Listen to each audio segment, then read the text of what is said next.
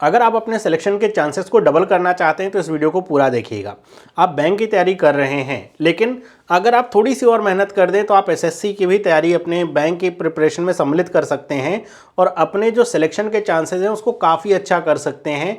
Bank SSC का पूरा जो स्कोप होगा आप उसको लेकर के अपना जो प्रिपरेशन है वो जारी रख सकते हैं। इस वीडियो में मैंने आपको बताया है कि बैंक की तैयारी तो आप करते ही हैं, उस सिलेबस में आपको क्या चीज़ें एक्स्ट्रा और पढ़नी है जिससे आपकी एसएससी की भी तैयारी हो जाए। तो ध्यान से पूरा वीडियो देखिए और समझने का प्रयास करिए और आप पाएंगे कि जितना लगता है कि बहुत कुछ पढ़ना पड़ेगा उतना एक्चुअल में है नहीं, और जो एकदम स्पेसिफिक चीज़ें हैं वो मैं आपको बता करके आपको सही गाइडेंस दे रहा हूँ। आप अगर इसी तरीके से मेहनत करेंगे तो आप पाएंगे कि आप दोनों ही एग्ज़ाम में इक्वली क्वालिफाई कर पाएंगे। बहुत सारे लोग करते भी हैं, बस ये बताया नहीं जाता है। तो चलिए शुरुआत करते हैं इस वीडियो की। तो सबसे पहले हम बात करते हैं मैथ्स की। मैथ्स में अगर आप बैंक की तैयारी कर रहे हैं तो आप अर्थमेटिक और डीआई तो पढ़ ही रहे हैं। अब यहाँ पर जो एसएससी में डीआई आती है वो बहुत ही आसान होगी अगर आप देखें बैंक की तुलना में, तो वो आसानी से आप कर सकते हैं। इसी तरह अर्थमेटिक वाला जो पार्ट है, profit and loss, SI CI, time and work, अगर आप तैयारी कर रहे हैं यहाँ पे तो यहाँ के क्वेश्चंस भी आप लगा पाएंगे। प्रैक्टिस तो करनी पड़ेगी लेकिन लगा पाएंगे। कुछ अलग नहीं पढ़ना, कुछ नया नहीं पढ़ना इसके लिए, बल्कि ये जो आप पढ़ेंगे बहुत सफिशिएंट होगा। जो चीज़ें पढ़नी है आपको एसएससी के लिए वो आती है एडवांस मैथ में। एडवांस मैथ में क्या क्या चीज़ें हैं, जैसे पहला तो है ट्रिग्नोमेट्री ही। ट्रिग्नोमेट्री के आपको सारे जितने भी नियम हैं वो पढ़ने पड़ेंगे। ट्रिग्नोमेट्रिक रेशियोज़ क्या होते हैं, सारे फॉर्मूला ख़ास तौर पे जो बच्चों को याद नहीं होते हैं तो वो पढ़ना पड़ता है। फिर इसी ट्रिग्नोमेट्री का ही पार्ट होता है हाइट एंड डिस्टेंस, इसके सवाल पूछे जाते हैं, ये आपको करना पड़ेगा। ज्योमेट्री कहने को तो केवल एक टॉपिक सा दिख रहा है लेकिन ये काफ़ी बड़ा टॉपिक होता है। इसमें बहुत सारे आपके चैप्टर्स रहेंगे, जैसे सर्कल्स रहेगा, ट्राइंगल्स रहेगा, क्वाड्रिलेटरल्स में भी बहुत सारे शेप होते हैं, वो सारे आपको इन सब की जो थ्योरम्स होती हैं वो आपको पढ़नी पड़ती हैं। थ्योरम्स के ऊपर जो क्वेश्चंस होते हैं उसको लगाना पड़ता है और ये चीज़ें आप करते करते आपको यहाँ पे थोड़ा समय देना पड़ेगा। तो ज्योमेट्री काफ़ी इंपॉर्टेंट है और थोड़ा लंबा भी है। फिर टॉपिक आता है अलजेब्रा। अलजेब्रा वैसे IBPS PO mains, SBI PO mains में पूछा जाता है, लेकिन यहाँ पर आपको एसएससी के लिए अलजेब्रा को थोड़ा सा और डिटेल में पढ़ना होगा, तो ये भी आपके लिए रहेगा। फिर यहाँ पे मैंने नंबर सिस्टम लिखा है। आप सोचेंगे ये तो आईबीपीएस, एसबीआई पीओ मेंस यहाँ पे हम पढ़ते ही हैं, लेकिन यहाँ पे जो नंबर सिस्टम आप पढ़ते हैं उसमें थोड़ा सा वही जैसे अलजेब्रा का है, आपको एक्स्ट्रा चीज़ें यहाँ पे थोड़ा पढ़नी पड़ेंगी। ये एडवांस मैथ में तो नहीं आता, आपके अर्थमेटिक में ही आता है। इसी तरह कुछ छोटे छोटे आपके टॉपिक्स हैं जैसे सर्ट्स एंड इंडिसेस वगैरह, वो तो आप ऐसे ही पढ़ लेते हैं अर्थमेटिक के पार्ट में जब आप नंबर सिस्टम पढ़ते हैं। तो एडवांस मैथ में आपको ये सारी चीज़ें पढ़नी रहेंगी एक्स्ट्रा। बाकी अर्थमेटिक डीआई सेम वही रहेगा, तो ये आप पढ़ेंगे और यहाँ से आपके क्वेश्चंस भी कई पूछे जाते हैं अच्छे नंबर में, तो वो आप आसानी से मैथ वाले पोर्शन को कवर कर पाएंगे। फिर हम नेक्स्ट बात करते हैं रीजनिंग की। रीजनिंग में बैंक और एसएससी में बहुत सारी चीज़ें कॉमन है, जैसे सिलॉजिज्म हो गया, इनइक्वलिटीज़ हो गया, कोडिंग डिकोडिंग हो गया, डिस्टेंस डायरेक्शन, ब्लड रिलेशन, ये सब तो कॉमन ही रहेगा। सिटिंग अरेंजमेंट वो भी आपका कॉमन ही है। और यहाँ पे अगर आप बैंक की तैयारी कर रहे हैं और आपने सिटिंग अरेंजमेंट आप सोच रहे हो यहाँ कठिन आएगा क्या, नहीं, बहुत आसान रहेगा उसकी तुलना में, तो वो सब आप आसानी से कर पाएंगे। लेकिन उसके अलावा यहाँ पे जो एसएससी की रीजनिंग होती है इसमें कई सारे आपके चैप्टर्स और ऐड होते हैं। बहुत सारे बच्चे देख करके डर जाते हैं, अच्छा ये तो बहुत बड़ा सिलेबस है। कुछ इसमें ऐसा नहीं है जो डरने वाला है। अब आप अगर पहले की बात अगर मैं करूँ तो पहले केवल प्रीलिम्स में पूछा जाता था एसएससी में रीजनिंग, मेंस में नहीं होता। मेंस में केवल मैथ और इंग्लिश ही होता था। अब प्रीलिम्स के साथ साथ मेंस में भी रीजनिंग पूछा जाता है, तो आप या फिर जो बैंक की तैयारी करें उनके लिए अच्छा है कि आप यहाँ से नंबर निकाल पाएंगे।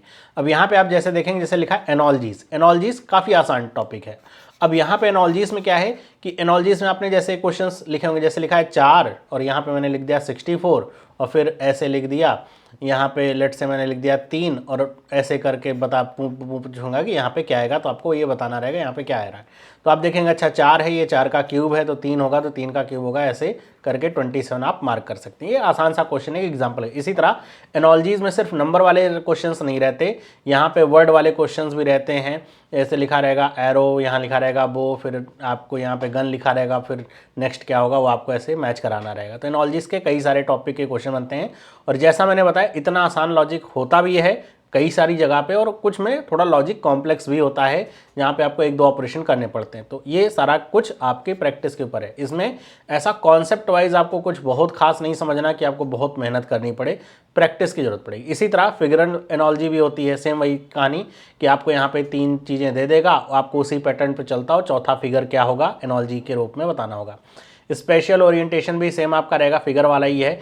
Embedded figure, figural classification, pattern completion, ये जितने भी टॉपिक हैं आपको, ये सारे के सारे आपके फिगर वाले ही आपके रहते हैं। ये इसी तरह mirror image, water reflecting, paper cutting, ये सारे टॉपिक क्या हैं आपके फिगर वाले हैं। मतलब आपसे जैसे मिरर इमेज की बात हो गई, आपके सामने ऐसे लिख देगा कि अच्छा ये बी लिखा हुआ है, सामने मिरर रखा हुआ है, तो बताइए इसका मिरर इमेज कैसे बनेगा, तो आप ऐसे बता देंगे और इस वाले को टिक कर देंगे।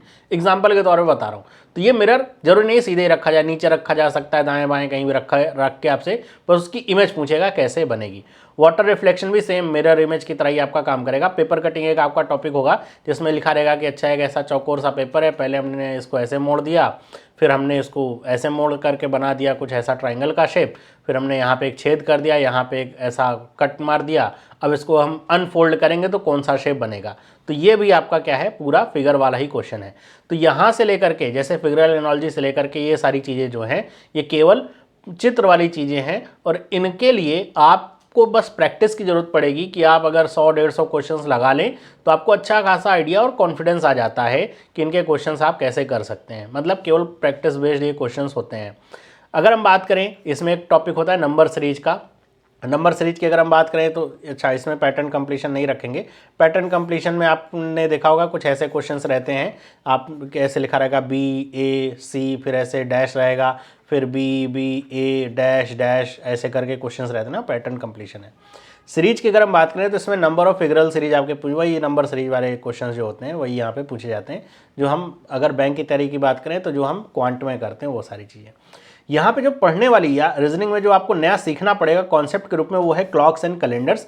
इसके कॉन्सेप्ट आपको सीखने पड़ेंगे। क्लॉक्स एंड कैलेंडर्स में क्या कॉन्सेप्ट रहता है, कैसे क्वेश्चंस को सॉल्व करना है। इसमें क्वेश्चंस पूछे जाएंगे कि अच्छा इस दिन में ये मतलब ऐसे कह दिया, कोई भी एक जनरल आइडिया कि 24 तारीख को ये वाला दिन पड़ रहा था इस ईयर में, तो बताओ 20 साल पहले इस तारीख को कौन सा दिन पड़ेगा, ऐसे करके क्वेश्चंस। वैसे ही क्लॉक वाले क्वेश्चंस कि इतना बज के इतना मिनट बन रहा है, बताइए कितने डिग्री का एंगल बन रहा है, वो सारी चीज़ें। यही सेम हाल किसका है, डाइस का है ना, पासा जिसको कहते हैं। डाइस के भी आपको कॉन्सेप्ट सीखने पड़ेंगे। तो अगर रीजनिंग की मैं बात करूं तो आपको ये ऊपर के जो सारे टॉपिक्स ना, इसमें ज़्यादा मेहनत की नहीं बल्कि प्रैक्टिस की ज़्यादा ज़रूरत होगी। मतलब कि प्रैक्टिस से आप इनको बहुत अच्छे से समझ पाएंगे, कुछ ऐसा खास नहीं है।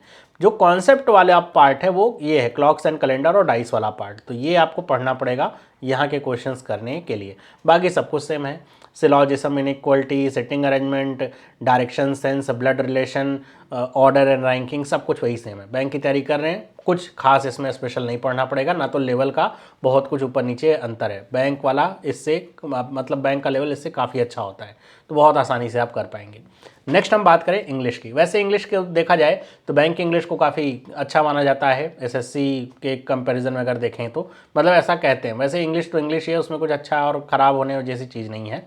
लेकिन बैंक में जैसे SBI PO में काफ़ी हार्ड इंग्लिश आ जाती है, बच्चों को बहुत परेशानी होती है। तो अगर आप बैंक की तैयारी कर रहे हैं तो इंग्लिश वाला सेक्शन आपको SSC में बहुत ज़्यादा मेहनत डिमांड नहीं करेगा। बस आपको ग्रामर में जो आप इंग्लिश ग्रामर पढ़ते हैं बैंक के लिए, उसमें 2 चीज़ें और अच्छे से पढ़नी पड़ेंगी, वो है voice, active voice, passive voice, और नरेशन में डायरेक्ट इनडायरेक्ट। इसके काफ़ी अच्छे सवाल आपके पूछे जाते हैं SSC में। SSC में वोकेबलरी का बहुत रोल होता है। बैंक में तो जैसे वोकेबलरी का RC में 1-2 क्वेश्चन आ गया तो आपने कर लिया डायरेक्ट। बाकी यहाँ पे वोकेबलरी के कई सारे क्वेश्चंस आते हैं। आपसे फिलिंग द ब्लैंक्स में पूछा जा सकता है कि इसमें कौन सा वर्ड एकदम परफेक्ट सूट करेगा। इसके अलावा यहाँ पे डायरेक्ट आपके सिनोनिम्स, एंटोनिम्स के क्वेश्चंस बनते हैं। और अगर हम बात करें 1 वर्ड सब्स्टिट्यूशन के क्वेश्चंस बनते हैं, दे देगा एक 1 वर्ड का मतलब एक सेंटेंस दे देगा, कहेगा इसके लिए 1 वर्ड क्या होगा वो आप बताइए। तो वोकेबलरी के लिए आप एक अच्छे से कोई वोकेबलरी की किताब ले लीजिए, उससे रट्टा मारना शुरू कर दीजिए, और आप पाएंगे कि वोकेबलरी अगर आप 1 महीना भी अच्छे से पढ़ लिया तो आप ज़्यादातर क्वेश्चंस कर पाएंगे। और इंग्लिश के लिए जो आप बैंक की प्रिपरेशन कर रहे हैं उसके साथ बस ये 2 चीज़ें आप और ऐड करके चलिए, वोकेबलरी अपनी अच्छी कर लीजिए। अगर मैं कहता हूं बच्चों से कि अगर आप वोकेबलरी ही अच्छी कर लीजिए किसी भी एग्ज़ाम की तैयारी के लिए, तो आप इंग्लिश को वैसे ही पाएंगे कि आसान हो जाती है। क्यों?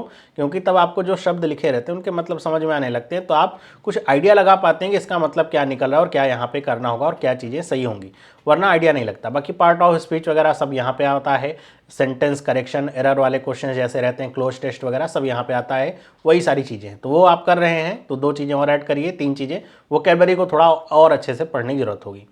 नेक्स्ट हम बात करते हैं जो है जनरल अवेयरनेस। जनरल अवेयरनेस भी पहले मेंस का पार्ट नहीं था, अब मेंस का पार्ट है। और जनरल अवेयरनेस की अगर हम बात करें तो जनरल अवेयरनेस जैसे बैंक में क्या है कि केवल करंट अफेयर पूछा जाता है या थोड़ा बहुत स्टैटिक जीके पूछ लिया गया। करंट अफेयर में भी बैंक में जो ज़्यादातर करंट अफेयर रहते हैं वो फाइनेंशियल अफेयर्स से रिलेटेड रहते हैं। यहाँ पर जो करंट अफेयर होगा वो करंट अफेयर आपका फाइनेंशियल भी रह सकता है, गवर्नमेंट स्कीम्स के ऊपर ज़्यादातर रहता है, गवर्नमेंट की स्कीम्स क्या क्या चल रही हैं वो सारी चीज़ें ज़्यादा रहेंगी, बजट वाले क्वेश्चंस रहते हैं। स्टैटिक जीके का पोर्शन भी रहता है। स्टैटिक जीके में आपको सब पता है, डैम कितने हैं, न्यूक्लियर पावर प्लांट, स्टेट के जो सीएम्स हैं, गवर्नर्स हैं, वो सारी चीज़ें स्टैटिक जीके का पार्ट। इसमें जो खास होता है वो होता है जो पूरा आपका जीएस वाला सेक्शन रहता है, जैसे India and its neighbouring countries, especially pertaining to history, मतलब आपको हिस्ट्री पढ़नी पड़ेगी, culture, geography, economic scene, general policy, scientific research, people and news, ये सब चीज़ें आपको पढ़नी पड़ेंगी। मतलब कुल मिलाकर के आपको एक बढ़िया सी कोई किताब ले लेनी है जनरल अवेयरनेस की, जैसे लूसेंट वगैरह की आती हैं, तो उससे आप हिस्ट्री, ज्योग्राफी, पॉलिटी, इसके साथ जो साइंस वाली चीज़ें हैं जैसे फिजिक्स, केमिस्ट्री, बायोलॉजी के जो बेसिक क्वेश्चंस होते हैं वो सारी चीज़ें, तो वो सब आपको यहीं से देखने को मिलेगा और यहीं से क्वेश्चंस आपके बनते हैं। इसी में बच्चे बहुत घबराते हैं कि ये तो काफ़ी वास्ट होता है ये, तो इसमें कहते हैं कि ये तुम्हारी तैयारी हो नहीं पाएगी, ये वाला नंबर तो मिलेगा नहीं, तो क्या करें। तो इसके लिए मैं आपको एक शॉर्टकट बताता हूँ, लेकिन मैं कहूँगा कि आप एक बुक से लेकर के प्रिपेयर करें पूरी अच्छे तरीके से, ज़्यादा बेटर होगा। शॉर्टकट क्या है कि आप जितने भी प्रीवियस ईयर क्वेश्चंस हैं इसके जीएस के आए हुए, आप उन्हें अगर लगा लीजिए और उनके क्वेश्चंस और उनके आंसर्स आपको याद हो जाएं, तो फिर आप आसानी से बहुत सारे क्वेश्चंस कर सकते हैं। मतलब हिस्ट्री से जो चीज़ें रहेंगी, जो 1947 से पहले की हिस्ट्री थी, मॉडर्न हिस्ट्री जिसको कहा जाता है, वहाँ से क्वेश्चंस रहते हैं। जितने भी आंदोलन वगैरह हुए थे वो सारे जो क्वेश्चंस रहते हैं, क्या हुआ था और कौन कौन से अंग्रेज ऑफिसर थे जिनके समय में कुछ हुआ था, किसी में प्रेस बैन हुई थी, किसी में लेफ्ट हुआ था वो बैन, वो सारी चीज़ें आपको मिल जाएंगी इसी प्रीवियस ईयर पेपर से ही। और आप पाएंगे काफ़ी रिपीटिंग भी होता है, क्वेश्चंस काफ़ी रिपीट होते हैं, तो यहाँ से आप कर सकते हैं। तो ये जो पोर्शन है, अगर आप ऐसा है कि आपको पढ़ने में दिक्कत होती है, इतना नहीं कर सकते, तो आप प्रीवियस ईयर क्वेश्चन से लगा लीजिए, तो आप अच्छा यहाँ पे स्कोर कर पाएंगे।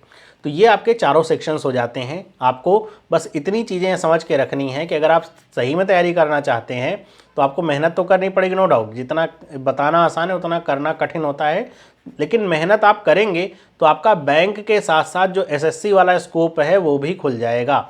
एसएससी में जो नौकरियां होती हैं थोड़ा फ्लैक्चुएट होती हैं, कई बार बहुत अच्छी नौकरी आ जाती है, नंबर ऑफ़ वैकेंसीज काफ़ी अच्छी रहती हैं। जैसे 2022 में 36,000 वैकेंसीज प्लस थी, 2023 में 8,000 के समथिंग वैकेंसीज थी, और यहाँ पे जो पोस्ट हैं वो भी काफ़ी वैरायटी में मिलती हैं, बहुत सारी पोस्ट रहती हैं, तो आप सेलेक्ट कर पाएंगे वहाँ पे, आप अच्छी प्रिपरेशन कर पाएँ। तो बैंक के साथ साथ आपके जो सेलेक्ट, मेहनत तो आप कर ही रहे, थोड़ा सा और कर लीजिए, तो बैंक के साथ साथ आप एसएससी में भी ये इस काबिल हो जाएंगे कि आप वहाँ सिलेक्शन ले सकें। तो आपके पास 2 अपॉर्चुनिटीज़ रहेंगी, सिलेक्शन या फिर सरकारी नौकरी लेने के लिए। तो थोड़ा सा मेहनत करेंगे तो ये वाला जो स्कोप है आपके लिए ओपन हो सकता है। आपको एडवांस मैथ पढ़नी है जो मैंने आपको बता रखा है, उसके अलावा रीजनिंग मैंने आपको बता रखा है, जो फिगर वाली चीज़ें हैं वो एनोलॉजी वगैरह को छोड़ करके, बाकी तो केवल क्लॉक, कैलेंडर्स और डाइस का अच्छा सा कॉन्सेप्ट डेवलप कर लीजिए, पढ़ लीजिए। बाकी इंग्लिश आपका सब कुछ वही सेम है, active voice, passive wise, direct indirect पढ़ लीजिए। वोकैबुलरी अच्छी कर लीजिए। वोकैबुलरी के लिए आप दिन में अगर अपना आधे घंटे भी देंगे, 15-20 मिनट भी देंगे, धीरे धीरे करके डेवलप हो जाएगी। और अगर मैं जीएस की बात करूं तो प्रीवियस ईयर क्वेश्चंस लगा लीजिए या फिर एक कोई अच्छी सी बुक ले लीजिए जनरल अवेयरनेस की, वहां से रोज़ 10 पन्ना पढ़ना शुरू कर दीजिए, अपने आप ही चीज़ें आपको समझ में आने लगेंगी। बस करना पड़ेगा तो आप अपना जो कह सकते हैं चांस है वो बढ़ा पाएंगे और कम समय में कहीं ना कहीं सिलेक्शन ले पाएंगे। बाकी ये वीडियो आपको कैसी लगी मुझे आप कमेंट करके बताइएगा। वीडियो अगर अच्छी लगी तो वीडियो को लाइक करिए और इस तरह की और वीडियोज़ के लिए चैनल को सब्सक्राइब कर लीजिए। मिलते हैं अगली वीडियो में।